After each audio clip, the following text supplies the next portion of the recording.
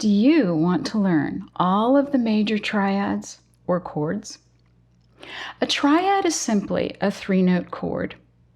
We'll first learn all of the major triads in root position.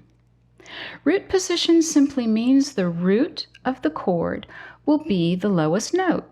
For example, with a C major triad, C is the root, and C will be the lowest note.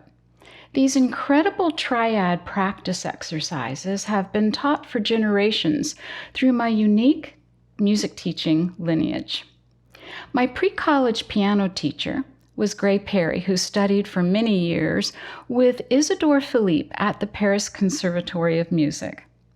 The legendary teachings of Isidore Philippe were born from his amazing teachers that included Camille Saint-Saëns, as well as George Mathias, who studied with Friedrich Chopin. Isidore Philippe also studied with Theodore Ritter, who studied with the infamous Franz Liszt. Perhaps Mr. Perry's most significant legacy through Isidore Philippe was from Stephen Heller, who studied with Carl Czerny. Czerny studied from none other than Ludwig van Beethoven, who studied with Franz Joseph Haydn. I'm very proud to be part of this spectacular piano teaching lineage, and I'd like to share this with you. Let's begin training our fingers to play all of the major triads with strength and confidence. To begin, place your right hand on a C major triad, C, E, G. Use fingers 1, 3, 5. In the triad practice video number 2, I'll demonstrate how to build any major triad from any note, whether it's a white key or a black key. We'll move up the piano, playing all of the root position major triads chromatically. The word chromatic means moving up the piano or down the piano in half steps. A half step means don't skip any note. You can move one finger at a time if you need to, like this. Thumb moves up, third finger and fifth finger. Thumb moves up. You can do that until you feel more secure with knowing all of the major triads. It's critical to check your hand position. You want a tall wrist. Play on the tips of your fingers, especially check the fifth finger and the outside of your hand. You don't want this to happen with a flat fifth finger and the outside of your hand to collapse. You want to keep your entire hand tall and your fifth finger tall. We also want to make sure that our finger joints don't cave in. Keep them strong. And beginning on a C major triad, we'll play the chord and repeat the highest note, which in this case is the fifth finger, while holding down fingers 1 and 3.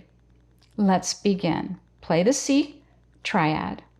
Repeat the fifth finger. Move up. We're moving chromatically. Check your fifth finger and the outside of your hand. Keep it tall. That's F major. Also check your third finger. We want to make sure that that third finger joint isn't caving in. We're on A major.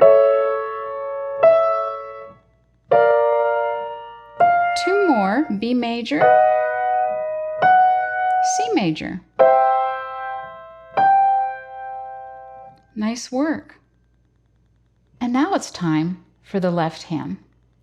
To begin, place your left hand on a C major triad, C, E, G, and use fingers 5, 3, 1. We'll be moving up the piano chromatically. So we always want to be checking our hand position. It's critical. We want to make sure we have a tall wrist, not a low wrist. Play on the tips of your fingers. We want to make sure that our finger joints don't cave in. We want to especially check the fifth finger to make sure that it doesn't flatten and that the outside part of the hand doesn't collapse. Always tall. Beginning on a C major triad, we'll play the chord and repeat the highest note, which in this case is the thumb, while holding down fingers 5 and 3.